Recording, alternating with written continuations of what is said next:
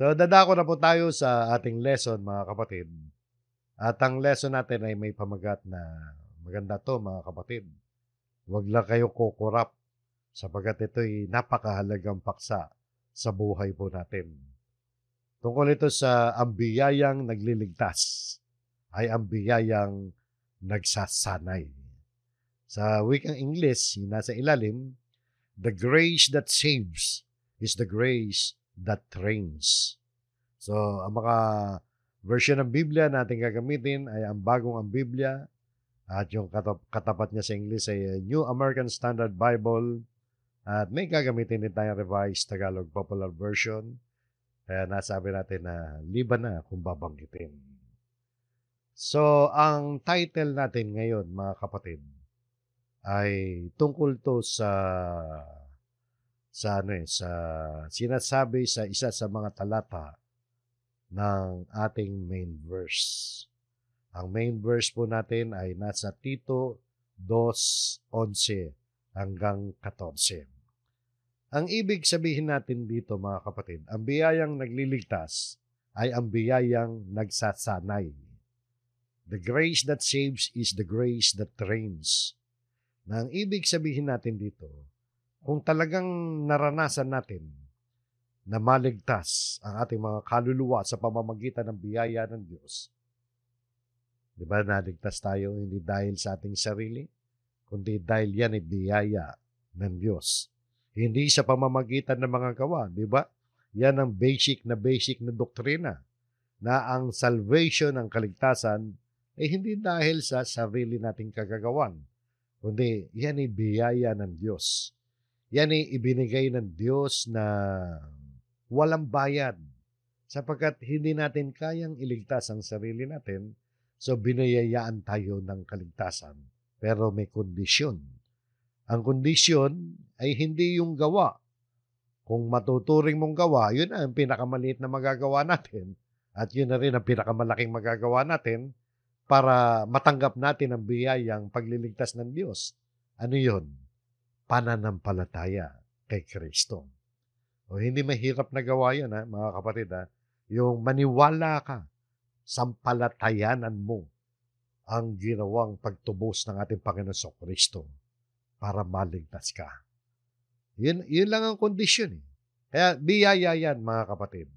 Naligtas tayo sa pamamagitan ng biyaya ng Diyos at sa pamamagitan ng biyaya din ng Diyos dito sa ating lesson ay sinasanay tayo na mabuhay na may kabanalan. Makita nyo, mga kapatid, no? Kaya nasabi natin, ang biyayang nagliligtas ay ang biyayang nagsasanay. Dahil sa pamamagitan din ng biyaya ng Diyos, nasasanay tayo, natitrain. Train. Parang nagkakaroon tayo ng training para makapamuhay ng ayon sa kalooban ng Diyos. Yan po ibig sabihin ng title natin. Ang biyayang nagliligtas ay ang biyayang nagsasanay. Basahin po muna natin ang ating main verses. Ang sabi rito sa Tito 2:11 hanggang 14.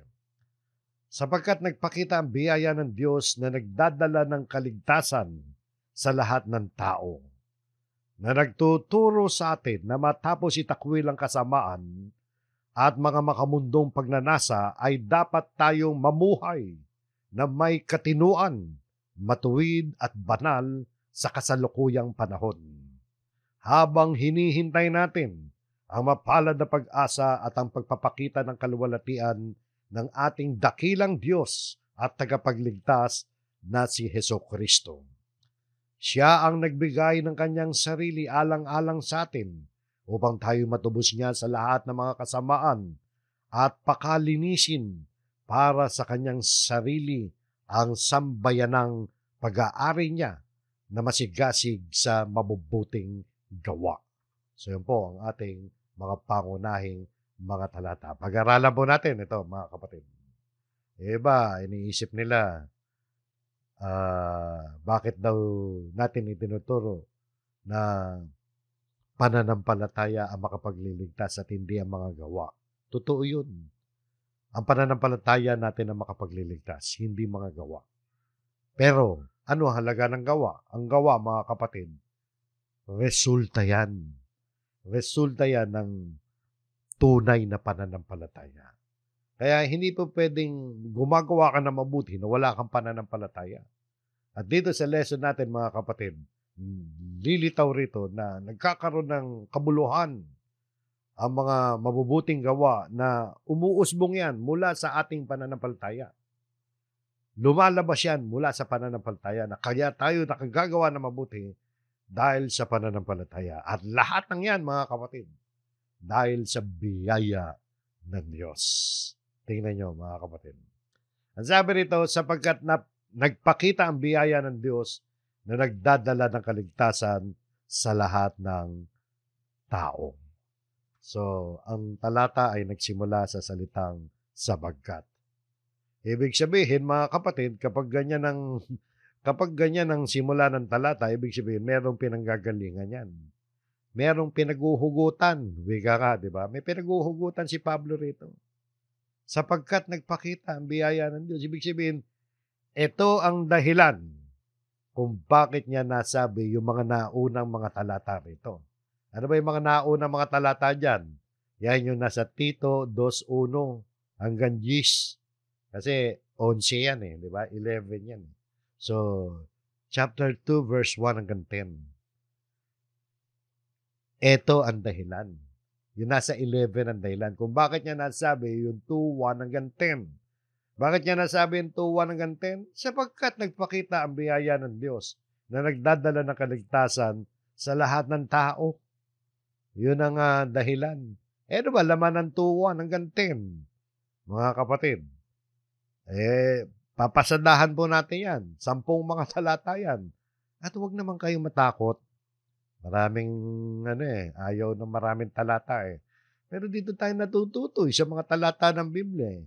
Kaysa naman matuto kayo doon sa mga opinion lang namin. Maganda yung nagbabasa tayo ng mga talata ng Biblia. Ito para hindi tayo maligaw.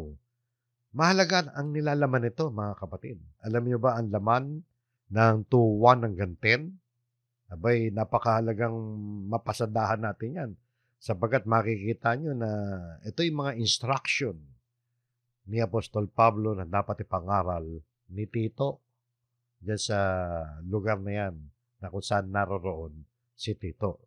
Doon sa lugar na kanyang pinamamahalaan ng mga mananampalataya. Alam nyo kasi, mga kapatid, tungkol ito sa mga pag-uugali. Yung binabanggit sa 2:1 hanggang 10. Mga pag-uugali na dapat ay taglay-taglay na mga mananampalataya. Mula sa mga matatanda hanggang sa lalaki, babae, mga kabataan, hanggang sa mga alipin na mga Kristiyano dyan. At kung papansinin natin, mga kapatid, marami sa mga Kristiyano ang bumabagsak, nagfe-fail pagdating sa mga pag-uugali. Kaya, mga kapatid, huwag kayong manghinawa. Pagtiyagaan natin na basahin ang mga ito. Tingnan po natin ang sinasabi sa Tito 2:1 hanggang 10. Una, ang instruction ni Pablo sa 2:1. Ang ituro mo naman, gamit natin ang Revised Tagalog Popular Version para madali nating maunawaan ito. Sapagkat yan ang pinakamagaang na version ng Tagalog. Tungkol sa Christian living to, mga kapatid, kaya magandang gamitin tong Revised Tagalog Popular Version. Ang sabi ni Pablo, ang ituro mo naman ay ang mga bagay na naaayon sa wastong aral. So, ituro mo raw ito, yung mga bagay na naaayon sa wastong aral. Ano ba yung wastong aral? Sa English is sound doctrine. So, meron tayong sound doctrine. At may mga bagay na naaayon doon. Yung mga bagay na dapat kakambal, di ba? Kakambal ng mga doktrina. May mga doktrina eh. May mga doktrina, yung mga aral na dapat nating tanggapin na, halimbawa, na si Kristo ang tagapagligtas, na bawal sumamba sa mga Diyos-Diyusan, ang Amang Diyos, ang Diyos na makapangyarihan sa lahat, iba yung Ama, iba yung Anak. No? At dapat manampalataya tayo kay Kristo, dapat Nag-aaral tayo palagi ng salita ng Diyos. Mga doktrina yan eh, di ba? So, yung bautismo, doktrina rin. Santa Cena, doktrina. So, maraming doktrina. At ito, yung mga bagay na umaayon na dapat daw ituro sa kapatiran, di ba? At ituro mo naman ang mga bagay na naayon sa wastong aral. May wastong aral. Ito ngayon yung mga bagay na naayon dyan. Dapat hindi mo lang alam ang wastong aral, kundi namumuhay ka rin ng ayon sa wastong aral. Parang ganyan yan mga kapatid. Tingnan nyo. Makikita nyo sa sumunod na talata. Sabihin mo sa matatandang lalaki. Ito mga practical mga practical na aplikasyon to ng pananampalataya natin. Sabihin mo sa matatandang lalaki na sila'y maging mahinahon, marangal, mapagpigil sa sarili, at maging matatag sa pananampalataya, pag-ibig at pagtitiis. Ang daming instruction sa mga matatandang lalaki. Mga elders yan, mga may edad na. Ika nga, may tungkulin ka man o wala, basta matandang lalaki ka. Di ba? Kasama ka rito. So, ang sabi, mga matandang lalaki, dapat may hinahon sila. Ibig sabihin, hindi ka magagalitin. Dapat marangal ang pamumuhay, mapagpigil sa sarili, maging matatag sa pananampalataya, pag-ibig, at pagtitiis. Ngayon, hindi naman ibig sabihin yan para sa mga matatandang lalaki lang yan. Pero bakit sa matatandang lalaki ina-address yan? Siguro marahil, no? Ang mga matatandang lalaki ay marami ang hindi mahinahon, hindi marangal, hindi mapagpigil sa sarili, hindi matatag sa pananampalataya at pag-ibig at pagtitiis. Pero lahat tayo, di ba? Lalaki man, babae, matanda man o bata, dapat maging mahinahon. Nakita nyo, no? Hindi naman nakalimit lang yan dyan sa mga matatandang lalaki, pero yun ang usual kasi na kailangan paalalahanan ng mga matatandang lalaki tungkol sa mga bagay na yan. So, yung mga matatandang lalaki, sundin natin yan. Tapos, yung mga babae naman, yung mga matatanda rin, sabihin mo sa matatandang babae na sila'y mamuhay na may kabanalan. Sino ba yung mga matatandang babae? Di ba yan yung mga nanay, mga lolo, mga lola, di ba mga tiyahin? O, mamuhay na may kabanalan. Huwag maninirang puri. Maninirang puri, yan may kugnayan sa chismis Sabi doon sa ilalim mo, not malicious gossips. Di ba? Huwag maglalasing, kundi magturo sila ng mabuti. Magturo daw ng mabuti, mga matatandang babae. Dapat mga teacher kayo. Mga guro kayo ng mga kabataang babae. Mamaya makita nyo. O yun, nakita nyo, bakit huwag maglalasing? Mas maraming lasing kong lalaki. Siguro sa panahon nila, mas maraming lasengga kaysa sa mga lasenggo. So, ganun siguro yan. Pero applicable yan sa lahat, di ba? Mga lalaki din, dapat may kabanalan din. Huwag mo sabihin na para sa mga babae lang yan, huwag maninirang puri. Mga lalaki, pwede maninirang puri. Marami rin chismosong lalaki, lalo pag nag-iinuman. Kung ano-ano mga chismis ang pinag-uusapan. Maglalasing, yung mga lalaki, lalo sa bayan natin. Sino ba manlalasing? Mas maraming kalalakihan. Siguro sa kultura nila, dyan sa Creta yung lugar na yan. Na kung saan nandun si Tito. Maraming lasengga siguro ron. Wag daw gano'n, kundi magturo sila ng mabuti. Magturo ng mabuti doon sa mga nakababatayan. Dahil sumunod na talata. Upang maakay nila ang mga kabataang babae na mahalin ang kanilang mga asawa at mga anak. Nakita nyo, no? Dapat yung mga kabataan babae, mga young women, to love their husbands, to love their children. At talagang dapat mga family women, yung mga kababaihan, mga Kristiyano. Tapos, ang sabi pa rito sa sumunod na talata, ang mga kabataang ito'y kailangan ding turuan na maging mahinahon. No? They applicable din sa kanila, mahinahon. Malinis ang isipan. Masipag sa gawaing bahay. O dapat masipag sa mga gawaing bahay. Yung mga kabataang babae tinutukoy yan, di ba? O mga kabataang babae, masipag ba kayo sa gawain bahay?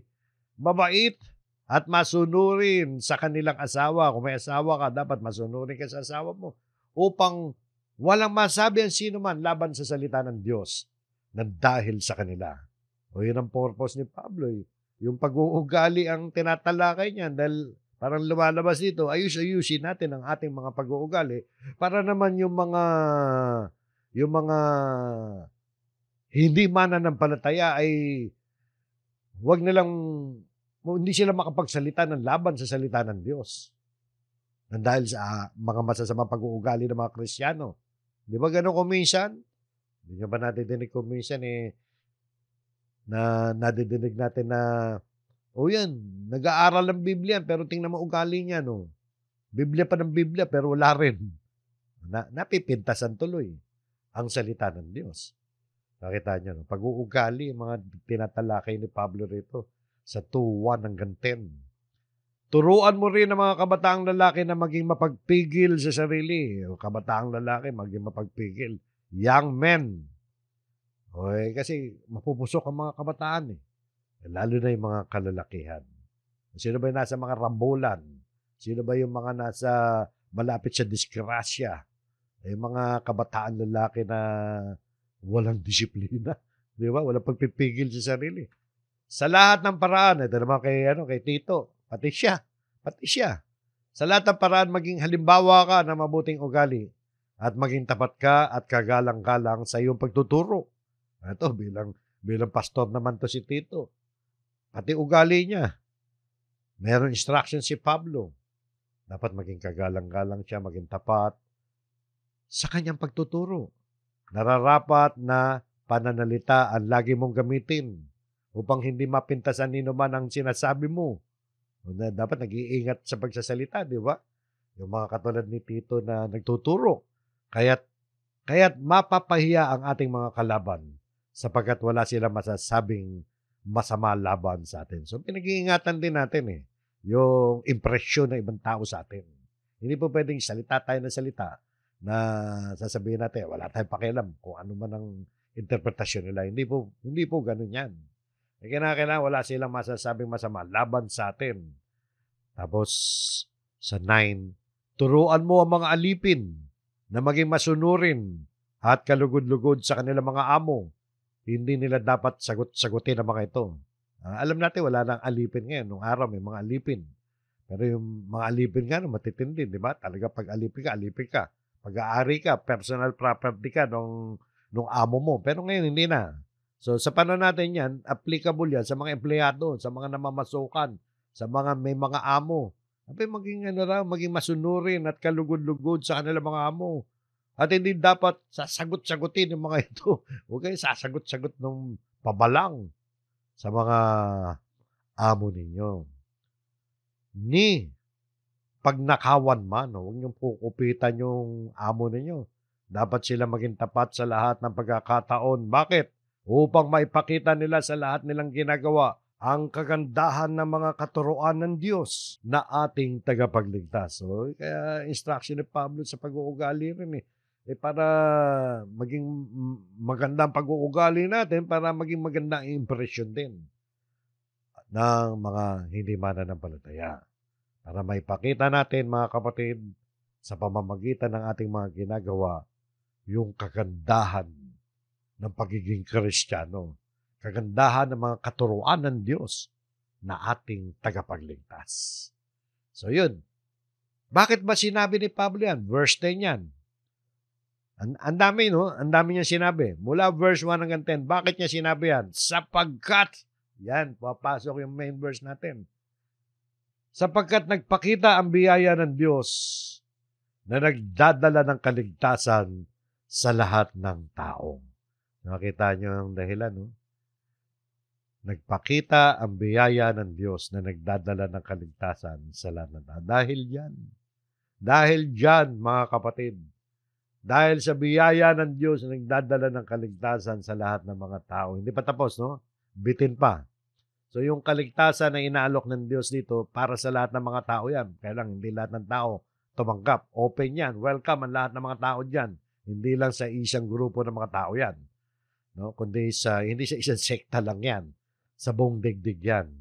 So, ang biyaya ng Diyos, ano dala ng biyaya ng Diyos? Kaligtasan para sa lahat. At dahil sa nagpakita o nahayag na biyaya ng Diyos na nagdadala ng kaligtasan sa lahat ng tao, kung kaya't lahat ng mga nagsitanggap ng biyayang yan ay inaasahan. Dapat iangkop natin ang ating mga buhay sa kaligtasang tinanggap natin sa pamamagitan ng biyaya ng Diyos. Nakita niyo, no, mga kapatid, naligtas tayo sa pamamagitan ng biyaya. O di ayusin natin ang ating buhay. Bakit ba kailangan ayusin natin ang ating buhay? Alam niyo kung bakit, mga kapatid? Kasi yung susunod dito, mga kapatid, ay makikita natin. Dahil yun ang direksyon na dapat nating patunguhan. Bakit? Sapagkat yung biyaya ng Diyos na nagdadala ng kaligtasan sa lahat ng mga tao, sa pamamagitan ng biyaya ng Diyos, nagsasanay yan sa atin. Sinasanay tayo niyan. Yung salitang sinasanay dito, mga kapatid, ay yung trains us. Tinitraining tayo. Bakit natin nasabi yan? Yan yung mga kapatid, yung nasa pamagat ng lesson natin. Yung biyayang nagliligtas ay ang biyayang nagsasanay. The grace that saves is the grace that trains. Yung salitang nagsasanay dito ay trains, mga kapatid, na siyang salitang ugat ng salitang training, di ba? Bakit at paano natin nasabi ito? Nagsasanay sa atin na ano? Ano ay sinasanay sa atin yan? Kung babalikan natin yung kanina sa 2:11, no? Yung binasa natin kanina, sabi niya, sapagkat nagpakita ang biyaya ng Diyos na nagdadala ng kaligtasan sa lahat ng tao na nagtuturo sa atin na matapos na itakwil ang kasamaan at mga makamundong pagnanasa ay dapat tayo mamuhay na may katinoan, matuwid at banal sa kasalukuyang panahon. O nasaan yung salitang nagsasanay dyan? Nasaan yung salitang nagsasanay? Bakit natin nasabing nagsasanay? Samantalang ang nakasulat sa Tagalog ay nagtuturo at sa English ay instructing. Alam niyo, mga kapatid, yung salitang ginamit dito sa pagkakasulat sa wikang Grego ay hindi lamang tungkol sa intelektual na bagay na itinuturo na hanggang isipan lamang, kundi ito ay merong kaugnayan sa pagsasanay o training. Tinitrain tayo ng biyaya ng Diyos yan, mga kapatid. Tandaan ninyo, ang biyaya ng Diyos na nagdadala ng kaligtasan para sa lahat ng mga tao, nagpakita raw yan, na nagtuturo. O kaya, sino yung nagtuturo? Yung biyaya ng Diyos. Paano tayo tinuturuan? Pagsasanay yan, mga kapatid. Pagsasanay. Sa pagkakasulat niyan sa wikang Grego, yung salita nagtuturo, instructing, ay paideo. Ang ibig sabihin ng paideo, sangayon sa New Testament Greek Lexicon, dictionary ng New Testament Greek Bible, tingnan niyo yung mga kahulugan. Ano ibig sabihin ng paideo? Ibig sabihin niyan to train children upang sanayin ng mga bata. O di training yan, di ba? Hindi yung tinuruan ka lang. Yes, kasama yun siyempre sa instruction. Yung magsasalita ang instructor. Pero sasanayin ka. Paano ba natin sinasanay ang mga bata, di ba? To be instructed or taught or learn upang turuan o matutunan.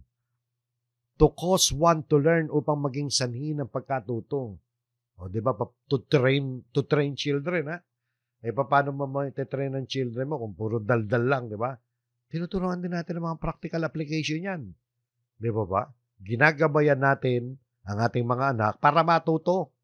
O ganun ang pagtuturo dyan. Yung nagtuturo dyan, hindi yung daldal lang ng daldal, di ba? At yan ang ginagawa ng biyaya ng Diyos na nagdala ng kaligtasan.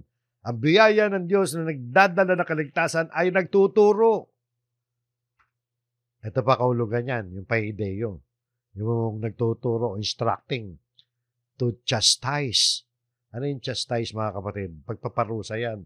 Pero yung chastisement o yung chastise, mga kapatid, isang pagpaparusa yan na sabi nito, upang parusahan o pagkastigo sa mga salita upang itama.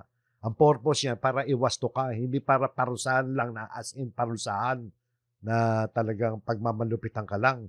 Pinaparusahan ka dahil gusto kang itama, iwasto. Yan ang ginagawa ng biyaya ng Diyos sa atin. Yung biyaya ng Diyos na nagdala ng kaligtasan sa atin ay kuminsan ay pinaparusahan tayo para matuto tayo. At ang sabi nito, isang kahulugan yan sa ilalim ng to chastise of those who are molding the character of others by reproof and admonition. Sa Tagalog, ng mga naguhulman ng ugali ng iba sa pamamagitan ng pagsaway at pagpapayo. O yan ang mga pamamaraan ng ng pag-chastise, pagpaparusa para sa ikawawasto. At meron pa ritong binabanggit tungkol sa pagpaparusa of God, katulad ng Diyos. Kapag nagpaparusa ang Diyos, pinarurusahan niya yung mga Kristiyano, hindi para sumpain na mapunta sa dagat-dagatang apoy, kundi, natatandaan niyo sinabi ni Apostol Pablo na hinahatulan tayo para wag tayong madamay. Hinahatulan tayo kuminsan ng Diyos para wag tayong madamay na mahatulan ng sanlibutan. Para hindi na tayo mahatulan doon sa dagat-dagatang apoy. Di ba ba? Kaya dito pala sa buhay nito, pag nagkakabali tayo, pinarurusahan tayo ng Diyos. Yan yung pagpaparusa na may pag-ibig dahil siya yung ama natin. Sabi rito, upang parusahan sa pamamagitan ng pagdurusa ng kasamaan at kabahamakan. Yes, talagang mabigat kung minsan ang parusa ng Diyos, depende sa kasalanan na gawa natin, paparusahan tayo sa pamamagitan ng pagdurusa ng kasamaan at kapahamakan. Minsan parang kapahamakan niya, kalamidad. Di ba? At isa pa, mga kapatid, example ng paideio, pagkakagamit yan sa salitang nagtuturo o instructing. To chastise with blows, to scourge. Scourge yung paghagupit, yung blows suntok. Gaya nun sa ama, punishing his son, ng isang ama na nagpaparusa sa kanyang anak. Hindi naman dapat suntukin, ha? Baka mamaya nakita nyo lang kahulugan yan. Kung susuntukin mo yung anak mo para parusahan, alalay lang. No, wag mo susuntukin sa mukha, baka magka-black eye yan o ano. Hindi gano'n, gulpe yun. Child abuse yan, mga kapatid. So, pagpaparusa, kadalasan hinahagupit natin, pinapalo natin. Di ba? Lalo na kung bata pa. O, katulad dun sa judge. Yung sa judge naman ay nagpaparusa siya, inuutusan niya na paluin yung pinaparusahan. So, yun mga kapatid, pag sinabing nagtuturo rito, yan yung hugot niyan eh. Yung kahulugan niyan. Yung lalim ng kahulugan ng salitang nagtuturo rito, ang dapat nating makita. Dahil ang nagtuturo rito, biyaya ng Diyos eh. Biyaya ng Diyos, nagtuturo. Sinasanay tayo ng biyaya ng Diyos. Na ano ba ang pagsasanay na ginagawa sa atin ng biyaya ng Diyos? Na nagtuturo sa atin na matapos itakwil ang kasamaan at ang mga makamundong pagnanasa. So, dalawang bagay ito, mga kapatid. Yung unang nabanggit nito, itakwil ang kasamaan at ang makamundong pagnanasa. Yan ang itinuturo sa atin. Sinasanay tayo ng biyaya ng Diyos na nagdala ng kaligtasan na i-deny natin ang ungodliness na tinatawag o yung kasamaan at worldly desires, yung mga makamundong pagnanasa. Pag sinabing ungodliness o kasamaan dyan, ay sa English nga, ungodliness, ibig sabihin lahat ng mga bagay na hindi makadiyos, yung mga bagay na salungat sa Diyos, mga bagay na ayaw ng Diyos, ito yung pamumuhay na nadudungisan, napopulyot na pamumuhay dahil sa kasalanan. At ang guide natin yan, mga kapatid, para malaman natin yan. Kailangan patuloy tayo nag-aaral sa salita ng Diyos para matrain tayo, sinasanay tayo ng biyaya ng Diyos. At ang mga makamundong pagnanasa, worldly desires, ano ba yan? Para magkapatid yan. Yung kasamaan at makamundong pagnanasa. Ito naman yung mga masasamang pagnanais, desire, no? Yung mga masasamang bagay na inaasam-asam ng tao. So, sinasabi sa pariralang yan, mga kapatid, na ang biyaya ng Diyos na nagpakita ay hindi lamang nagliligtas sa atin, kundi nagsasanay din sa atin na ano, sinasanay tayong itakwilang at talikuran ang kasamaan at ang makamundong pagnanasa. Kaya, ano lamang ang ibig sabihin nito, mga kapatid? Alam natin ang utos ng Diyos. Alam natin ang mga bagay na hindi natin dapat gawin. Nagagawa natin yan, natutupad natin yan, hindi dahil sa ating sarili. May effort tayo, oo. Merong mga lakas, effort na nagagaling sa atin para matupad natin yan. Unang-una, effort natin yan, kailangan mag-decide tayo. Mag-desisyon tayo na huwag natin gagawin yan. Pero mga kapatid, nagagawa natin ang dapat nating gawin. Natutupad natin na sumunod sa Diyos, na itakwil ang kasamaan at ng makamundong pagnanasa dahil sa biyaya ng Diyos na nagdadala ng kaligtasan. Biyaya ng Diyos yan. Yan yung kalakasan na ibinibigay sa atin ng Diyos para matakwil natin ang kasamaan at ang makamundong pagnanasa. At bukod dyan, ano pa yung itinuturo ng biyaya ng Diyos? Saan pa tayo sinasanay na biyaya ng Diyos? Sinasanay din tayo sa dapat tayong mamuhay na may katinoan, matuwid at banal sa kasalukuyang panahon. Kung kailangan mamuhay tayo na ayon sa salita ng Diyos, di po ba? Yan yung pamumuhay na matuwid at banal sa kasalukuyang panahon. Sa kasalukuyang panahon, dito sa digdig na to, ay makapamuhay tayo na maayos, mga kapatid, ng ayon sa kalooban ng Diyos. Magagawa natin yan dahil sa biyaya ng Diyos. Ano ba't natin tinuturo to? Dinidiin natin palagi na nagagawa natin yan dahil sa biyaya ng Diyos. Na tayo sinasanay na magawa yan sa pamamagitan ng biyaya ng Diyos. Para makita natin na hindi tayo, kundi ang Diyos. Ang Diyos ang siyang tumutulong sa atin. Kaya natin nagagawa ang mga bagay na dapat natin gawin. Dito ay nakikita natin na talagang nauuna muna ang pananampalataya kay Kristo. Bago tayo makagawa ng mga karapat-dapat na magawa sa harap ng Panginoon Diyos. Dahil yung ating pananampalataya kay Kristo, mga kapatid, yan yung yung pagtanggap natin ng biyayang pagliligtas na ginawa ni Kristo. Yung regalo ng Diyos, tinanggap natin sa pamamagitan ng pananampalataya. Pinaniwalaan natin. Nauuna muna yan. Kapag pinaniwalaan natin yan, nauna yan, sasanahin ngayon tayo na mamuhay, na itatakwil natin ang kasamaan, mga makamundong pagnanasa, makapamumuhay tayo na may katinuan, matuwid at banal sa kasalukuyang panahon. Ano ibig sabihin yan, mga kapatid? Konting linaw pa na magagawa natin yung mga mabubuting gawa na yan dahil sa tulong at lakas na ipinagkakalob sa atin ng Diyos. Dahil ang biyaya ng Diyos ang siyang nagsasanay sa atin na makapamuhay ng ayon sa kalooban ng Panginoon. Kasi ganyan ang takbo ng na mga talata, di ba? 2:12 yan. Bago dumating yan, ang sabi, ang biyaya ng Diyos, sapagkat ang biyaya ng Diyos na nagdadala ng kaligtasan para sa lahat ng mga tao na nagtuturo sa atin. Di ba? Yung nagtuturo dyan, pinag-aralan natin. Tinitrain tayo. Kaya ang kaugnayan yan sa atin, mga kapatid, ng katotohanan yan, ay suriin natin ang ating sarili. Natitrain nga ba tayo? Nasasanay nga ba tayo sa ganyang uri ng pamumuhay? Nagagawa ba natin yung mga kalooban ng Diyos?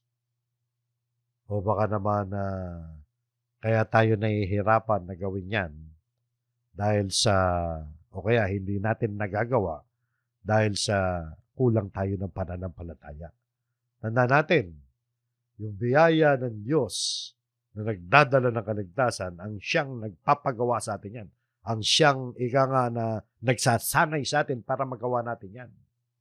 Paano yung biyaya ng Diyos na nagdadala ng kaligtasan? Makakamit mo yan sa pamamagitan ng tunay na pananampalataya. Kaya suriin natin ang ating pananampalataya. Talaga bang nananampalataya tayo? Bakit hirap na hirap tayo magbagong buhay? Bakit para bagang bigat na bigat ang kalooban natin sa pagbabagong buhay? Bakit yung mga masasamang pag-uugali hindi natin matanggal-tanggal? Hanggang ngayon, nananadya pa rin tayo. Isipin natin, baka naman in the first place, hindi tayo nasasakop ng biyaya ng Diyos na nagdudulot ng kaligtasan. Kasi parang lumalabas dito, automatic to dapat mga kapatid. Nasasanay dapat tayo. At yan ang gagawin natin habang hinihintay natin ang mapalad na pag-asa at ang pagpapakita ng kaluwalhatian ng ating dakilang Diyos at tagapagligtas na si Jesucristo. Yan daw ang gagawin natin, di ba? Yung mga mananampalataya kay Kristo, mga kapatid. Tingnan nyo, naghihintay yan ng muling pagparito ni Kristo. Kung ikaw ay isang mananampalataya na hindi naghihintay ng muling pagbabalik o muling pagparito ng ating Panginoon Jesucristo, may kulang sa kaalaman mo. Hinihintayan dapat habang hinihintay natin. Di ba?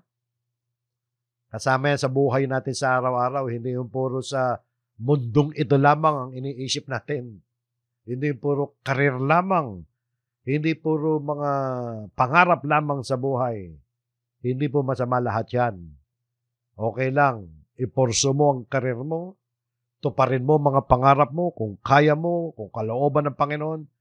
Pero huwag mong kalilimutan na dapat sa likod ng lahat ng mga yan ay hinihintay mo palagi ang mapalad na pag-asa at pagpapakita ng kaluwalhatian ng ating dakilang Diyos at tagapagligtas na si Jesucristo. So nakita nyo mga kapatid, sa araw-araw ng buhay natin, huwag nating kakalimutan yan.